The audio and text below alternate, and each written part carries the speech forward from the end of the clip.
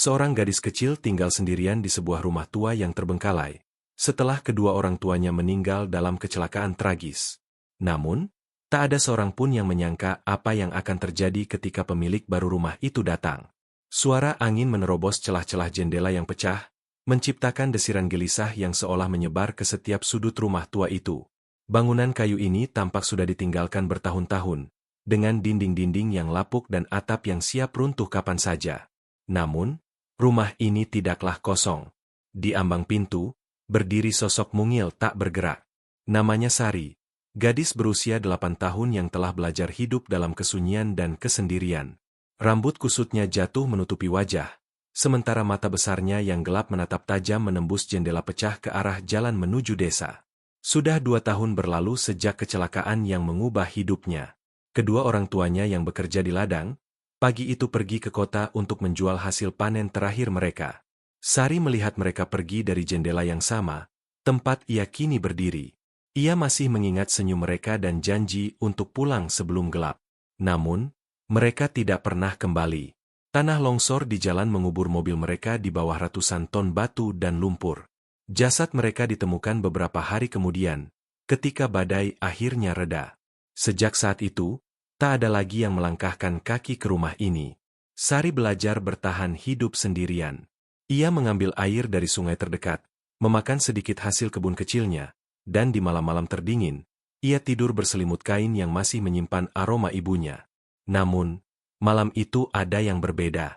Sesekali, angin membawa suara mesin dari kejauhan, tapi kali ini suara itu tidak menghilang. Malah semakin keras. Gadis itu menyipitkan mata. Sebuah mobil. Itu mobil tua. Tapi kehadirannya terasa aneh di tempat yang terlupakan ini. Sari mundur selangkah, bersembunyi dalam bayangan di dalam rumah. Tenggorokannya tercekat oleh kecemasan. Tak ada yang pernah datang ke sini. Tak seharusnya ada yang datang. Mengapa sekarang? Siapa mereka? Pemilik baru rumah ini akan melangkah masuk tanpa menyadari apa yang menunggu mereka di balik pintu. Sari mengamati dari balik bayangan. Tubuh mungilnya merapat ke dinding terjauh. Ia tidak bisa melihat jelas orang-orang yang baru tiba, tapi ia mendengar suara mereka. Ada 2 orang dewasa dan seorang anak. Kau yakin ini tempatnya? Tentu saja, lihat petanya. Jawab Budi dengan percaya diri. Rumahnya memang tua, tapi dengan sedikit perbaikan akan seperti baru lagi. Sari merasakan jantungnya mulai berdebar kencang. Ia tidak ingin ditemukan, tapi juga tidak bisa menjauh dari jendela. Rasa penasaran lebih kuat dari rasa takut. Dari tempat persembunyiannya, ia melihat sepasang suami istri mendekati pintu utama. Seorang pria bertubuh kekar memegang kotak perkakas di satu tangan, sementara tangan lainnya mencoba membuka kunci yang berkarat. Seorang wanita dengan rambut tersanggul dan wajah lelah memegang tangan anak laki-laki berusia sekitar 6 tahun, yang menatapnya dengan mata terbelalak. Bu, ini menakutkan, kata anak itu sambil mencengkeram jari ibunya lebih erat. Jangan bicara yang tidak-tidak, Bayu, jawab sang ibu dengan senyum yang dipaksakan. Ini hanya rumah tua. Dengan bunyi logam terakhir, kunci itu terbuka dan pintu perlahan mengayun, mengeluarkan derit panjang yang memekakan. Suara itu menggema ke seluruh rumah seperti rintihan, dan Sari merasakan dingin semakin menyelimutinya. Dari tempat persembunyiannya, ia melihat cahaya siang untuk pertama kalinya dalam bertahun-tahun menembus masuk, menerangi debu yang melayang di udara dan perabotan tua yang tertutup kain. Nah, kita sudah sampai, kata sang pria sambil menepukkan tangan. Tidak seburuk yang kukira. Beberapa minggu lagi, semua akan siap. Namun, sementara mereka berbicara, Sari hampir tidak bisa bernapas. Mereka sudah di dalam. Untuk pertama kalinya dalam bertahun-tahun, orang lain berjalan di lantai yang sama yang selama ini hanya ia tapaki sendirian. Ia bersembunyi lebih dalam kebayangan, menahan napas. Kayu berderit di bawah langkah para pendatang baru, seolah rumah itu sendiri memprotes kehadiran mereka. Bayu, jangan pergi jauh-jauh. Ibu memperingatkan anak laki-laki yang mulai menjelajahi ruangan dengan penasaran. Bagaimana kalau ada hantu di sini? Tanyanya dengan suara gemetar. Sang ibu tertawa pendek, meski agak dipaksakan. Tidak ada hantu di sini, sayang. Hanya tikus dan sarang laba-laba. Dari waktu ke waktu, ia menoleh ke belakang, seolah mengharapkan melihat sesuatu yang bersembunyi di sudut-sudut ruangan. Sari mengikuti gerakannya dengan tatapan. Jari-jarinya mencengkeram erat tepi bajunya yang lusuh. Tidak ada yang boleh melihatnya. Tidak ada yang boleh tahu ia di sini. Namun, sesuatu terjadi. Sang anak laki-laki, didorong oleh rasa ingin tahu khas usianya, mendekati pintu yang sedikit terbuka di ujung lorong. Pintu yang selalu Sari jaga agar tetap tertutup. "Bayu, jangan ke sana," teriak ibunya. Tapi sudah terlambat. Anak itu perlahan mendorong pintu dan masuk ke dalam. Sari merasakan kepanikan menyergapnya. Ini kamarnya. Tempat perlindungan kecilnya. Tempat ia menyimpan semua yang tersisa dari kehidupan lamanya. Selimut tua, boneka usang, dan foto orang tuanya yang sudah pudar. "Bayu, keluar dari sana." Suara ayahnya terdengar tegas dan langkah kaki cepat mendekat. Anak itu menurut dan keluar. Tapi sebelum menutup pintu, ia berbalik dan menatap ke sudut gelap tempat Sari biasa bersembunyi. Untuk sesaat, pandangan mereka bertemu. Hanya sekejap, tapi cukup untuk membuat jantung gadis itu berhenti. Bayu tidak mengatakan apa-apa. Ia menutup pintu dan berlari ke orang tuanya. Tapi Sari tahu, ia sudah melihatnya. Sari tetap diam tak bergerak. Jantungnya berdebar begitu kencang hingga terasa di telinganya. Ia tahu momen itu telah mengubah segalanya. Bayu melihatnya. Apa yang akan ia lakukan sekarang? Apakah ia akan memberitahu orang tuanya? Apakah mereka semua akan kembali ke tempat persembunyiannya? Bayu mendekati orang tuanya dengan mata penuh kegelisahan dan sedikit ketakutan, lalu menarik lengan ibunya. "Ada seseorang di sana," serunya sambil menunjuk ke kamar di ujung lorong. Ibunya menatapnya dengan bingung. "Apa maksudmu, Bayu? Tidak ada siapa-siapa di sini, sayang. Ini hanya rumah tua." Tapi kegigihan di mata anak itu cukup untuk membuat ayahnya mengerutkan kening dan mengambil senter dari kotak perkakas. Sari bersembunyi di sudut terdalam, mendengar langkah kaki mendekat. Ia memeluk erat boneka tuanya. Jari-jari mungilnya gemetar. Tidak ada tempat untuk lari. Jika mereka menemukannya, apa yang akan mereka lakukan padanya? Akhirnya, pintu terbuka. Senter menerangi setiap sudut ruangan, mengungkap benda-benda yang Sari simpan selama bertahun-tahun. Selimut tua, boneka usang, dan foto berbingkai kayu yang retak. Sang ayah memeriksa ruangan dengan teliti, tapi tidak menemukan siapapun. Sari berhasil bersembunyi di balik perabotan. Tubuh mungilnya sepenuhnya tertutup bayangan. "Tidak ada siapa-siapa di sini," kata pria itu dengan nada yang bercampur antara lega dan tidak percaya. Tapi Bayu bersikeras. "Aku melihatnya.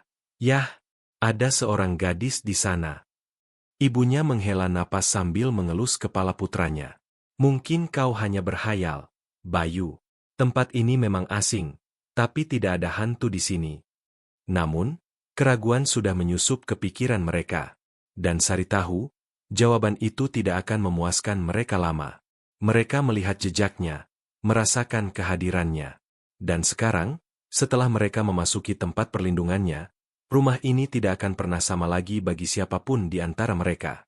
Dalam keheningan, gadis itu bangkit dari persembunyiannya, mengambil foto yang begitu ia jaga, dan memeluknya erat ke dada. Matanya berkaca-kaca saat menatap pintu yang tertutup. Untuk pertama kalinya dalam bertahun-tahun, ia tidak sendirian. Tapi pikiran itu tidak membawa kenyamanan. Yang ada hanya ketakutan. Malam tiba, dan bersamanya kesunyian yang mencekam menguasai rumah. Pemilik baru menyalakan beberapa lampu di ruangan utama, tapi kegelapan tetap berkuasa di setiap sudut. Bayu tidak bisa berhenti memikirkan apa yang dilihatnya.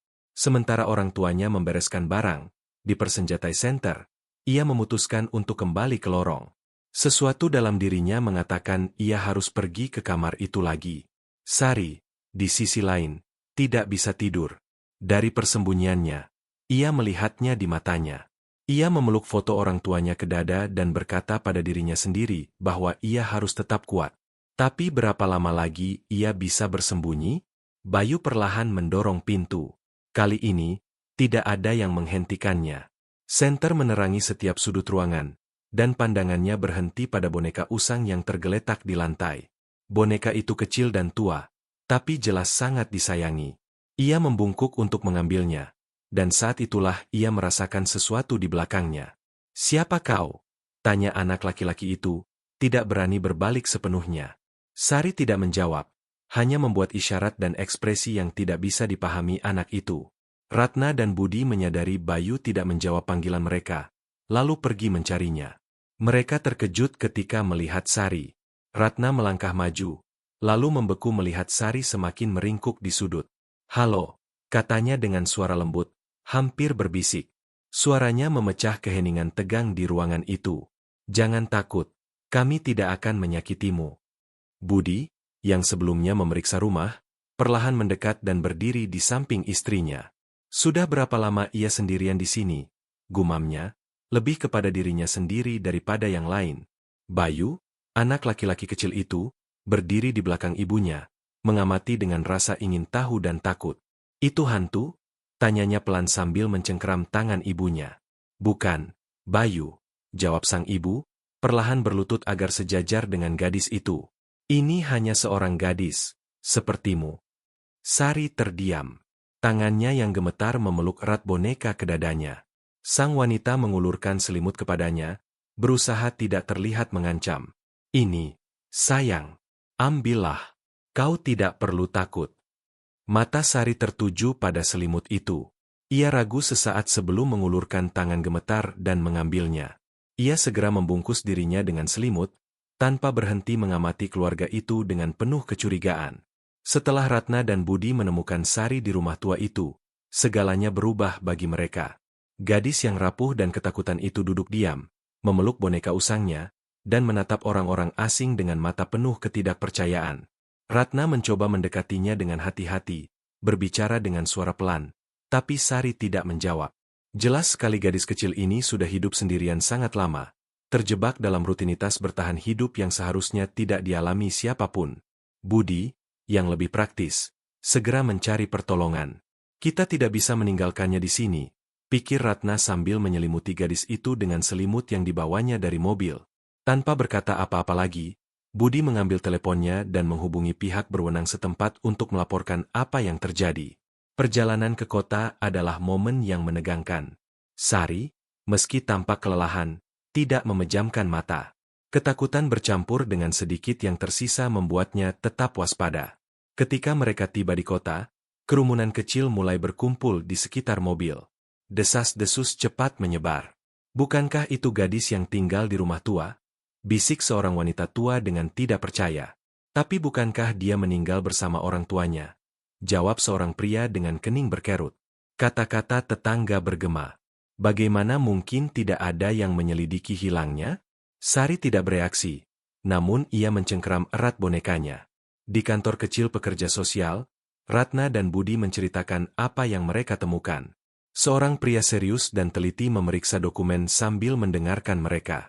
Menurut catatan, Sari dinyatakan meninggal bersama orang tuanya. Ini kasus yang tidak biasa. Ratna merasakan tenggorokannya tercekat. Bagaimana kesalahan sebesar ini bisa terjadi? Sementara itu, Sari tetap diam, duduk di sudut kantor, memainkan benang-benang yang mencuat dari bonekanya. Sari akhirnya menarik perhatian pekerja sosial. Ia membuat keputusan. Pertama, kami akan melakukan pemeriksaan kesehatan. Kemudian, ia akan dipindahkan ke panti asuhan sementara. Ratna ingin membantah, tapi Budi memegang tangannya. Ia tahu mereka harus mengikuti prosedur jika ingin membantu Sari. Panti asuhan adalah tempat yang dingin dan tanpa kehidupan. Dinding-dinding abu-abu dan lorong-lorong panjang penuh gema tidak menumbuhkan kepercayaan. Sari berjalan perlahan, memegang erat tangan Ratna, sampai seorang petugas panti menghampiri untuk membawa gadis itu. Ratna membungkuk ke arah Sari, menatap matanya, dan berkata, "Kami akan segera kembali untuk menjengukmu." "Baik," katanya dengan senyum, meski suaranya penuh kepedihan. Sari mengangguk tanpa berkata-kata dan dengan enggan melepaskan tangan Ratna. Pintu tertutup di belakangnya, meninggalkan Ratna dan Budi di lorong. "Kita tidak bisa meninggalkannya di sini," kata Ratna dengan air mata di matanya. "Aku tahu," jawabnya sambil menatap pintu yang tertutup. "Tapi kita harus melakukan semuanya dengan benar." Beberapa hari kemudian, pekerja sosial menerima permintaan tak terduga. Seorang wanita mengaku sebagai Bibi Sari, saudara perempuan almarhum ibunya. Kemunculannya sama tiba-tibanya dengan membingungkan. Keluarga, kata wanita itu dengan nada tegas dan otoriter. Ratna dan Budi hadir dalam pertemuan itu dan tidak bisa tidak menyadari ketegangan di tubuh Sari saat melihat wanita itu. Gadis itu secara naluriah mundur ke belakang, bersembunyi di balik Ratna. Dia tidak terlihat nyaman di dekat Anda, kata Budi dengan jujur. Sang bibi tampak gugup dan mencoba memasang senyum. Itu wajar. Sudah lama sekali. Dia hanya perlu membiasakan diri. Ratna dan Budi tidak yakin. Ada sesuatu yang aneh pada wanita ini.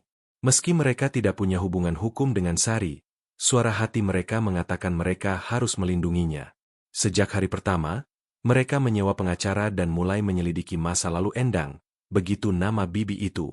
Tidak masuk akal Sari begitu takut padanya. Bisik Ratna suatu malam sambil memeriksa dokumen bersama Budi. Aku tahu, ada yang tidak beres, dan kita akan mencari tahu, jawabnya dengan tekad. Kunjungan ke panti asuhan berlanjut minggu demi minggu. Ratna dan Budi membawa mainan, buku, dan pakaian baru. Tapi yang terpenting, mereka membawa kehangatan. Sari mulai lebih mempercayai mereka, meski ketakutannya pada Endang sangat jelas. Kenapa dia tidak mau ikut dengan Anda? Tanya Ratna langsung kepada Endang saat kunjungan di panti. Dia hanya anak yang trauma. Dia butuh waktu, jawab Endang dengan senyum palsu. Tapi jawaban itu tidak meyakinkan Ratna. Persidangan semakin tegang. Endang menyerahkan dokumen yang menunjukkan dirinya sebagai orang yang stabil dan berkecukupan secara finansial. Ia bahkan memberikan bukti bahwa ia sudah mulai menyiapkan kamar untuk Sari di rumahnya. Niat saya tulus. Saya hanya ingin merawat keponakan saya, kata Endang di hadapan hakim. Di sisi lain, pengacara Ratna dan Budi menyuarakan keraguan tentang niat sebenarnya Endang, menunjukkan bahwa ketakutan Sari terhadapnya tidak bisa diabaikan. Klien saya dan suaminya telah menunjukkan komitmen tulus terhadap kesejahteraan Sari, yang jelas. Ratna dan Budi selalu ada untuknya, sementara penggugat tidak menunjukkan minat sama sekali sampai saat ini, argumennya.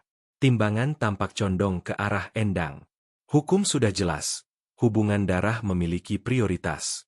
Ratna dan Budi mulai kehilangan harapan. Sementara itu, penyelidikan pribadi yang dilakukan Ratna dan Budi menghasilkan temuan yang mengkhawatirkan. Mereka menemukan bahwa setelah kematian orang tua Sari, Endang menerima warisan sebagai pengelola sementara harta keluarga. Namun, dengan Sari masih hidup, semuanya harus dibatalkan karena gadis itu adalah pewaris sah. Jadi itu yang dia cari. Bukan Sari, tapi uangnya, kata Budi dengan kesal sambil memukul meja. Tapi bagaimana kita membuktikannya? Ini tidak cukup untuk mencabut hak asuhnya, jawab Ratna dengan cemas. Hari sidang terakhir tiba. Ratna dan Budi kelelahan, tapi penuh tekad untuk berjuang sampai akhir. Di ruang sidang, hakim mendengarkan pernyataan akhir dari kedua belah pihak. Penggugat telah membuktikan bahwa ia adalah kerabat dekat dan memiliki sarana untuk merawat Sari. Tugas saya adalah memastikan anak ini mendapat stabilitas dan perawatan dari keluarga biologisnya, kata hakim kepada Endang. Ratna dan Budi merasa segalanya sudah hilang.